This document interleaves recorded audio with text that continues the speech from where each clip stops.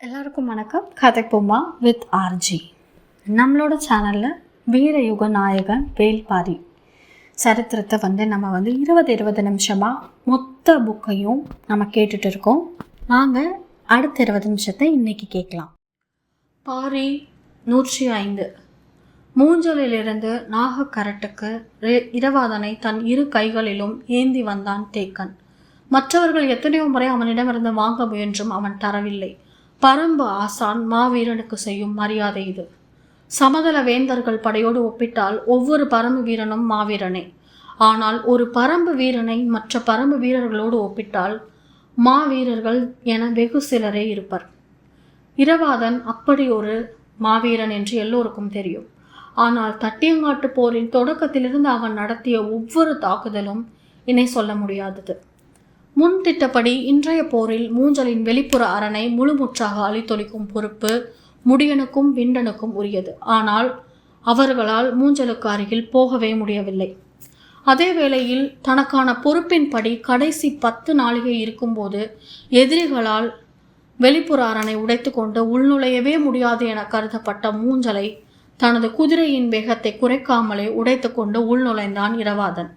அகப்படையையும் பொய்க்கூடாரங்களில் 100 கணக்கில் இருந்த கவசப்படையையும் முற்றிலுமாக அழித்தொழித்தான்.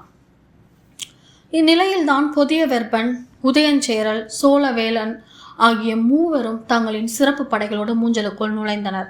நன்கு திட்டமிட்டிருந்தால் கருணியும் பிடரிமானும் இரு பக்கங்களிலும் இணையற்ற தாக்குதலை நடத்த 3ஆம் நிலையை கடந்த நீலனின் கூடாரம் நோக்கி முன்னேறினான் இரவாதன். அவனது வேகத்தையும் தாக்குதலையும் யாராலும் எதிர்கொள்ள முடியவில்லை. சூலூர் வீரர்களின் வாழ்வீச்சு வேகம் வேந்தர் படை தளபதிகளால் தற்காத்து கொள்ளவே முடியாததாக இருந்தது. நிலைமை முற்றிலும் கைமீறிவிட்டதை உணர்ந்த நிலையில்தான் பேரரசர் குலசேகர பாண்டியனின் தனித்த பாதுகாப்புக்கான சிறப்பு படையை வரவழைத்தான் புதிய வெர்பன். தட்டியங்காட்டில் கடுமையாக மோதிக்கொண்டிருந்த இரு தரப்பு தளபதிகளும் போர் முடிவுற்றதுக்கான முரசின் ஓசையை கேட்டதும் மூஞ்சலை நோக்கி விரைந்தனர். ஒவ்வொருவருக்குள்ளும் ஒவ்வொரு வகையான பதற்றம் இருந்தது. மயூர் கிளார் தான் தலைமை தளபதியாக பொறுப்பேற்ற முதல் நாளிலேயே மூஞ்சல் தாக்கப்பட்டு விட்டதே என்ற பதற்றத்தில் விரைந்தார்.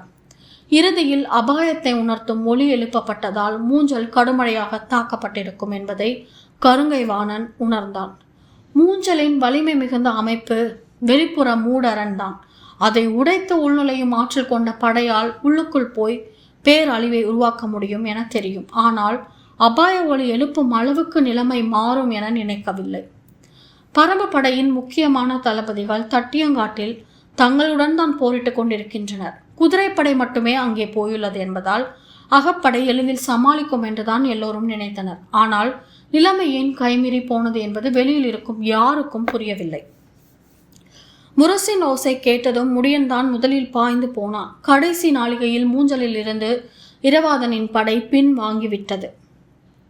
இடைநிலையில் நின்றுதான் அவன் போரிட்டுக் கொண்டிருப்பான் என நினைத்தான் முடியன். ஆனால் இரவாதன் மூஞ்சலுக்குள் போய்விட்டான் என தேக்கன் கணித்திருந்தான். எனவே அவனது சிந்தனை முழுவதும் மூஞ்சலை நோக்கியே இருந்தது.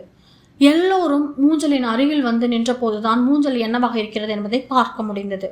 அகப்படை, கவசப்படை, வேந்தர்களின் சிறப்பு படை, பேரரசரின் தனிப்படை அனைத்தையும் கொன்று குவித்த சூலூர் வீரர்களின் ஆடுகளம் எப்படி இருந்தது என்பதை பார்த்த கணம் மயூர் கிளாருக்கும் கருங்கை வாணனுக்கும் குருதியோட்டம் நின்றது.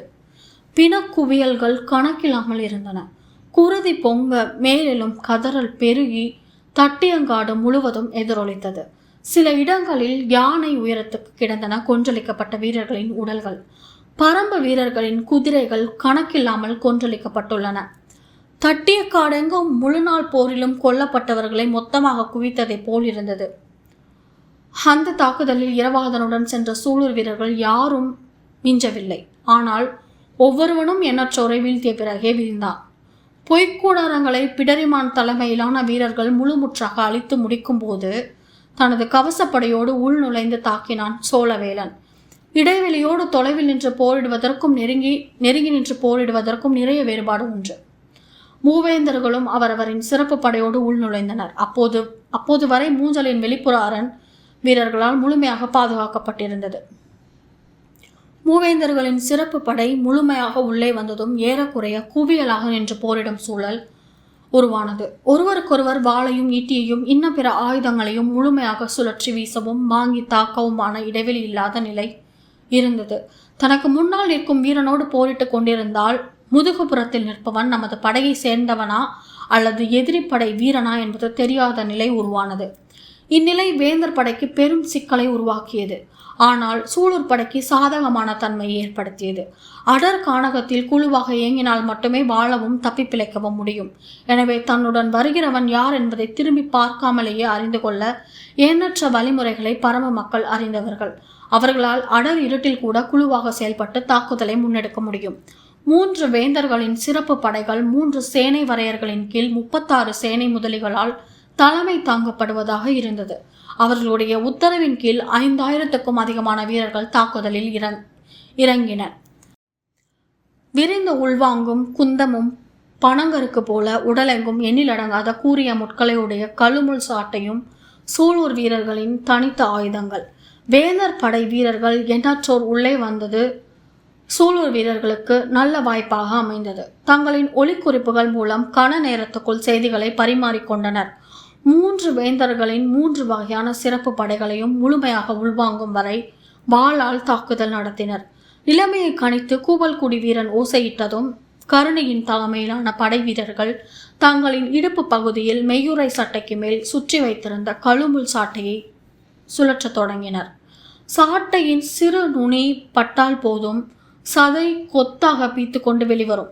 ஒருவன் எதிரியின் காலுக்கு கீழே சாட்டையை சுழற்றினால் மற்றொருவன் கழுத்துக்கு மேலே சாட்டையை சுழற்றினான்.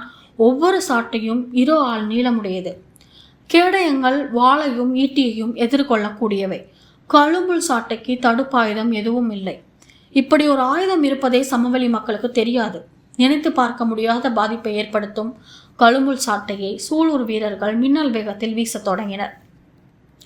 சதை மட்டுமன்று கால் எலும்புகளையே பீத்து கொண்டு சென்றன சாட்டைகள். உச்சந்தலை முதல் கால் முட்டி வரை கவசம் அணிந்திருந்த சிறப்பு கவசப்பட்டையை முதல் தாக்குதலிலேயே அஞ்சி பின்வாங்க வைத்தனர். அப்போது பின்னிலையில் நின்ற பிடரிமானின் தலைமையிலான வீரர்கள் குந்தகத்தால் குத்தி தூக்கத் தொடங்கினர்.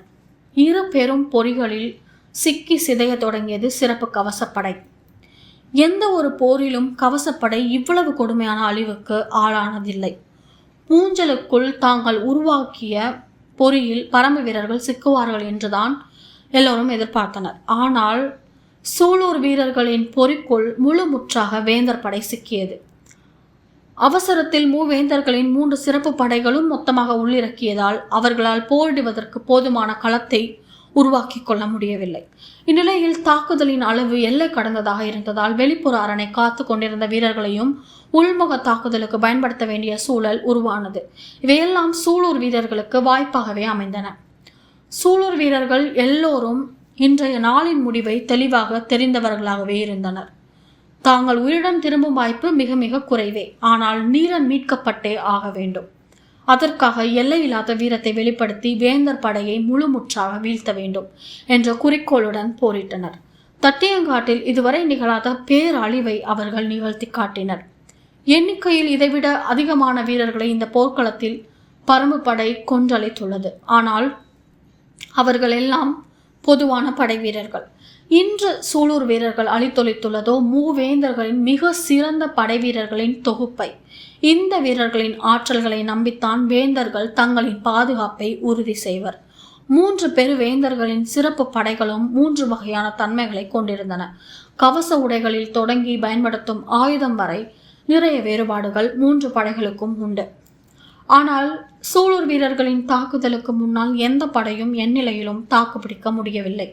5000க்கும் அதிகமானோரை கொண்ட கவசப்படையை சூலூர் படையின் சில 100 வீரர்கள் முழுமுற்றாக அழித்தொழித்தனர். இந்த தாக்குதலுக்கு நிகரான தாக்குதலை இதுவரை யாரும் கேள்விப்பட்டது கூட இல்லை. மலை என குவிந்து கிடக்கும் வேந்தர் படை வீரர்களின் பிணங்களுக்குள் சூலூர் வீரர்களின் உடல்களை தேடி எடுக்க வேண்டியிருந்தது. போர் முடிவுற்ற ஓசை கேட்டதும் வேந்தர் படை வீரர்கள் அனைவரும் பாசறைக்கு திரும்பினர். இறந்தவர்களை அப்புறப்படுத்துவது வீரர்களின் வேலை அன்று, போர் பணியாளர்களின் வேலை. மூஞ்சலுக்குள் பரம்பு வீரர்கள் அனுமதிக்கப்படாததால் அவர்கள் வெளியிலேயே காத்திருந்தனர். வேந்தர்களின் போர் பணியாளர்கள் சூலூர் வீரர்களின் ஒவ்வொரு உடலாக தந்து கொண்டிருந்தனர். அதை வாங்கிய பரம்பு வீரர்கள் நாகக்கரடு நோக்கி சென்று கொண்டிருந்தனர். அனைத்து உடல்களும் எடுக்கப்படும் வரை முடியன் அந்த இடம் விட்டு அகலவில்லை. இரவாதனின் உடலை தேக்கன் தூக்கி சென்றான். அவன் பின்னால் பரம்பின் மொத்த படையும் வந்து கொண்டிருந்தன. நாகக்கரட்டுக்கும் இரளிமேட்டுக்கும் நடுவில் இருக்கும் பள்ளத்தாக்கு பகுதிக்கு அவன் வந்தபோது இருள் முழுமை கொண்டிருந்தது. இரளிமேட்டிலிருந்து தேக்கனை நோக்கி ஓடி வந்தான் பாரி. அவனுக்கு பின்னால் காளம்பன் உள்ளிட்ட மற்றவர்கள் ஓடோடி வந்தனர். பெரு வீரனின் மரணம் மொத்த காட்டையும் உறைய வைத்திருந்தது. சிறிய ஓசை கூட எழவில்லை. தீப்பந்தத்தோடு சில வீரர்கள் பாரிக்கு பின்னால் ஓடி வந்து கொண்டிருந்தனர். எதிர்வந்த பாரி தேக்கனுக்கு முன்னால் கையேந்தி நின்றான். தேக்கனால் பாரியின் முகத்தை பார்க்க முடியவில்லை. தலை குனிந்தபடி கையில் இருக்கும் இரவாதனையே பார்த்து கொண்டிருந்தான். ஆனால் பாரியின் கைகளுக்கு இரவாதனை மாற்றவில்லை. எதிர்நிலையில் கையேந்தி நிற்கும் பாரி கைகளை தளர்த்தவில்லை. இருவருக்கும் உள்ளோடும் குருதி உறைந்து நின்றுவிட்டதைப் போல் இருந்தது. முன்னும் பெண்ணுமாக வீரர்கள் சூழ்ந்தனர். தீப்பந்தங்களின் ஒளி இரவாதனின் மேலே படர்ந்தபடி இருந்தது. பாரி குனிந்த இரவாதனை பார்க்கவே இல்லை. நிமிர்ந்தபடி தேக்கனையே பார்த்து கொண்டிருந்தான். தேக்கனோ நிமிர்ந்து பாரியை பார்க்கவே இல்லை. குனிந்தபடி இரவாதனையே பார்த்து கொண்டிருந்தான். இருவருக்குள்ளும் உணர்வுகள் கொந்தளித்துக் கொண்டிருந்தன. பாரி குனிந்து இரவாதனின் உடலை பார்த்தாலோ, தேக்கன் நிமிர்ந்து பாரியின் முகத்தை பார்த்தாலோ உடைந்து நொறுங்கி விடுவர். வீரர்களின் மரணத்தில் கண்ணீர் சிந்தக்கூடாது. அதுவும் பாரியும் தேக்கனும் கலங்கினால் நிலைமை என்னவாகும்? இருவரும் அதை தவிர்க்கவே முயன்று கொண்டிருந்தனர். மனதின் உறுதியை கனத்த அமைதி நொறுக்கி கொண்டிருந்தது. ஆனால் என்ன செய்வதென்று யாருக்கும் விளங்கவில்லை. நின்ற இடத்தை விட்டு இருவரும் நகரவில்லை. இந்த சூழலை எப்படி கையாள்வதென்று உடனிருக்கும் யாருக்கும் தெரியவில்லை. வாரிகையனும் கபிலரும் செய்தியை கேள்விப்பட்டு இடிந்து போய் இரளிமேட்டின் குகை அடிவாரத்திலேயே உட்கார்ந்து விட்டனர். பாரியுடன் வந்து நிற்கும் காளம்பன் இருவரையும் மாறி மாறி பார்த்தான். அவனுக்கு என்ன செய்வதென புரியவில்லை. ஒவ்வொரு கணமும் கடக்க முடியாத கணமாக உறைந்து நின்றது. தலை நிமிராமலே இருந்த தேக்கன் ஒரு கணத்தில் சட்டென்று இரவாதனை பாரியின் கைகளில் ஒப்படைத்துவிட்டு அப்படியே அவன் கால் பற்றி கதறினான். காட்டின் தலைமகனை இழந்து விட்டோமடா பாரி. மலை உடைந்து சரிவதைப் போல இருந்தது. வெடித்து மேலெழும்பியது வீரர்களின் ஓலம். ஆசானின் கதறல் காட்டையே உலுக்கியது. காரமலையின் முகட்டை முட்டியது தேக்கனின் விம்மல். கைகள் இரவாதனை ஏந்தி நிற்க, கால்களை தேக்கன் பற்றி நிற்க, கண்ணீரும் குருதியும் மேலெல்லாம் கொட்டியபடி பாறையென நின்றான் பாரி. மற்ற வீரர்கள் ஆசானை பிடித்து தூக்க எண்ணினர். ஆனால் யாரும் அருகில் செல்லவில்லை. பரம்பு தலைவனின் கால் பற்றி கதரும் ஆசானின் உச்சந்தலையில் இரவாதனின் குருதி விழுந்து கொண்டே இருந்தது. போர்க்களத்துக்கு பொறுப்பு முடியனும் தேக்கனும் தான். நாங்கள் மாவீரனை காக்க தவறிவிட்டோம். அவன் அனைத்து தாக்குதலையும் எங்களிடம் சொல்லிவிட்டு தான் செய்தான். ஆனால் நாங்களோ அவனிடம் கூறிய திட்டப்படி செயல்பட தவறிவிட்டோம். இந்த மரணம் முடியனும் தேக்கனும் கவனம் தவறியதால் நிகழ்ந்தது என புலம்பி அழ துடித்தது தேக்கனின் மனம். ஆனால் சொல்ல வந்த சொற்கள் எதுவும் மேலெழவில்லை. உடைந்து கதரும் ஆற்றாமையிலிருந்து மீள முடியவில்லை. சற்று நேரத்துக்கு பிறகே பாரியின் கால்களிலிருந்து கைகளை விலக்கினான் தேக்கன். அந்த விலகுதலில் மனம் ஆழமான நிலை ஒன்றை எய்தியது. அவரவர் தானே மீண்டு கொள்ள வேண்டும். அடுத்தவருக்கு ஆறுதல் உரைக்க பரம்பு வீரர்கள் யாரிடமும் சொற்கள் இல்லை. தேக்கன் கைகளை விடுவித்துக் கொண்ட பிறகு பாரி நடக்க தொடங்கினான். வீரர்களின் பெரும் கூட்டம் அவனை தொடர்ந்து கொண்டிருந்தது. தேக்கன் அந்த இடத்திலிருந்து எழுந்திருக்கவில்லை.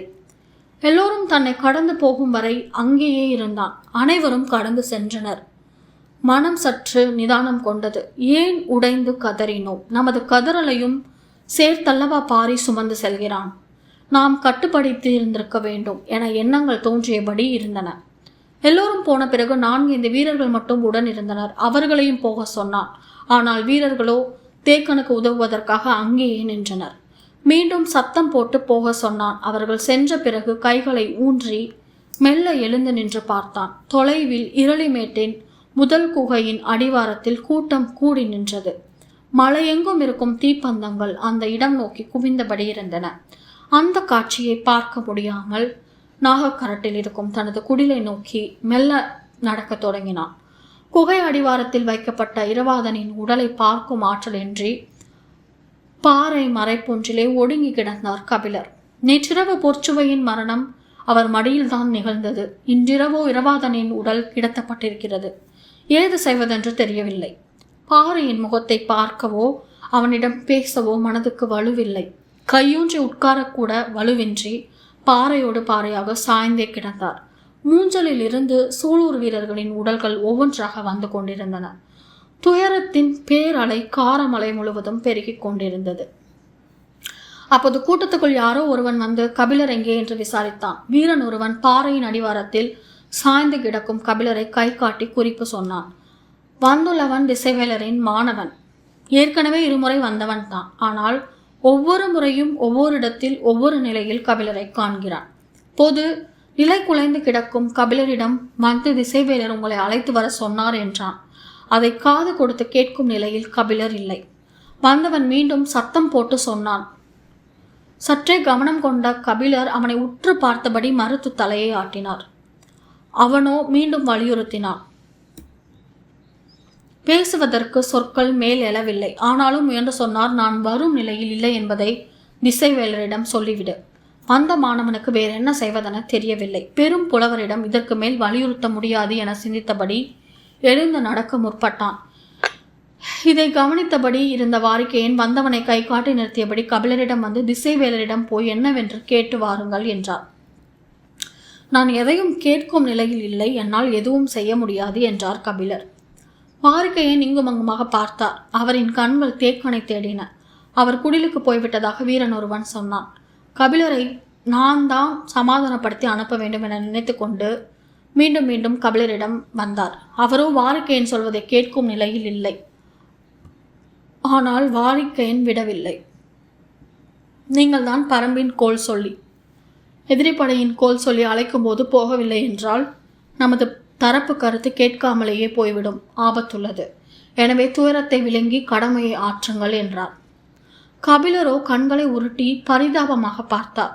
எனது உடல் இயக்கம் செத்து கிடக்கிறது. என்னால் எழுந்திருக்கவே முடியாது.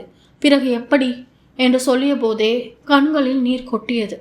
வாரிக்கையனால் கபிலரை புரிந்து கொள்ள முடிந்தது. ஆனால் வேறு வழி ஏதும் இல்லை. அவர் போய்தான் ஆக வேண்டும் என எண்ணியபடி சொன்னார்.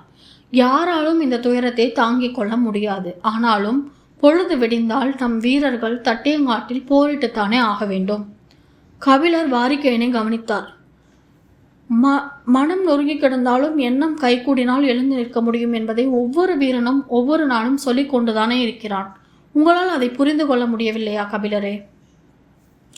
புரிகிறது. ஆனால் நான் அதற்கான ஆள் இல்லையே. என்னால் இதை தாங்கிக் கொள்ள முடியவில்லை என்று சொல்லிக் கொண்டிருக்கும் போதே காற்றில் கேட்ட கதறல் குரலோடு சேர்ந்து வாய்விட்டு கதறினார் கபிலர். கைகள் இரண்டையும் கூப்பி கண்ணீர் பெருக வேண்டினார். கபிலரின் நிலை புரிகிறது. ஆனால் அப்படியே விட்டுவிட முடியாது என்று முடிவுக்கு வந்த வாரிக்கையன் சொன்னார். முடியனை நினைத்து பார்த்தீர்களா? சூலூர் வீரர்கள் எல்லோரின் உடலும் எடுக்கப்படும் வரை அவன் மூஞ்சல் விட்டு அகலாமல் அங்கேயே இருக்கிறான். பாறையை நினைத்து பார்த்தீர்களா? தேக்கனே காலை பிடித்து அழுத பிறகும் கலங்காமல் நிற்கிறான். அவர்களெல்லாம் இரவாதனை தங்களின் தோளில் போட்டு வளர்த்தவர்கள். வீரனின் மரணத்துக்கு கைமாறு உண்டு. அதை செய்வதுதான் அவனுக்கு நாம் செலுத்தும் மரியாதை. இப்போது நீங்கள் பாடல் புனையும் புலவன் மட்டுமல்ல, பரம்பின் கோல் சொல்லி எழுந்து நடங்கள். இரவாதனின் குருதி மூக்கில் ஏறி உச்சந்தலையை சூடாக்கி கொண்டிருக்கிறது. எப்படி உங்களால் உட்கார்ந்து கொண்டு அழ முடிகிறது என்று குரல் உயர்த்தியவர் வந்திருந்த மாணவனை பார்த்து அவரை அழைத்து கொண்டு போ என்று ஆணையிட்டு விட்டு திரும்பி பார்க்காமல் கூட்டத்திற்குள் நுழைந்து விட்டார். எங்கும் இருக்கும் வீரர்கள் வந்து மொய்த்து கொண்டிருந்தனர். குகை அடிவார சரிவில் முண்டி உள்ளே போவது மிகவும் சிரமமாக இருந்தது. ஆனாலும் தடுமாறி உள்ளே நுழைந்த வாரிக்கையன் நீண்ட நேரம் கழித்து திரும்பி பார்த்தார். பாறை அடிவாரத்தில் கபிலர் இல்லை. நாகக்கரட்டிலிருந்து தட்டியங்காட்டை நோக்கி இறங்கும் போது அடர் இருள் அப்பி கிடந்தது. வீரர்கள் தீப்பந்தம் ஏந்தி முன் நடந்தனர். வழக்கம்போல் போர்க்களத்தின் நடுவில் இருக்கும் பரனில்தான் திசைவேலர் நிற்பார். அங்குதான் இருமுறையும் அழைத்து வர சொல்லி பேசியுள்ளார். இப்போது அங்கிருந்துதான் அழைத்து வர சொல்லியுள்ளார் என்று எண்ணியபடி நடந்தார் கபிலர். ஆனால் மாணவனோ தட்டியங்காட்டின் நடுப்புறம் செல்லாமல் இடதுபுறம் சென்றான். ஏன் இந்த பக்கம் செல்கிறாய் என கேட்டார் கபிலர். அதற்கு அந்த மாணவன், இடதுபுறம் கடைசியாக இருக்கும் பரன் மீதுதான் திசைவேலர் நிற்கிறார், அங்குதான் அழைத்து வர சொன்னார் என்றான். அதற்கு மேல் கேட்கும் நிலையில் அவர் இல்லை. அவன் பின்னே நடந்து சென்றார். பரனின் அடிவாரத்துக்கு கபிலர் வந்தபோது மூவேந்தர்களும் வேந்தர் படை தளபதிகளும் நின்றிருந்தனர். திசைவேலர் பரன் மீது நின்றிருந்தார். ஏன் அனைவரையும் வர சொன்னார் என்பது யாருக்கும் தெரியவில்லை. வேந்தர்கள் மீண்டும் மீண்டும் கேட்டும் தளபதிகளிடம் விடை இல்லை. குலசேகர பாண்டியன் உள்ளிட்ட மூவேந்தர் குடும்பத்தினர் ஐவரும் வந்து நின்றிருந்தனர்.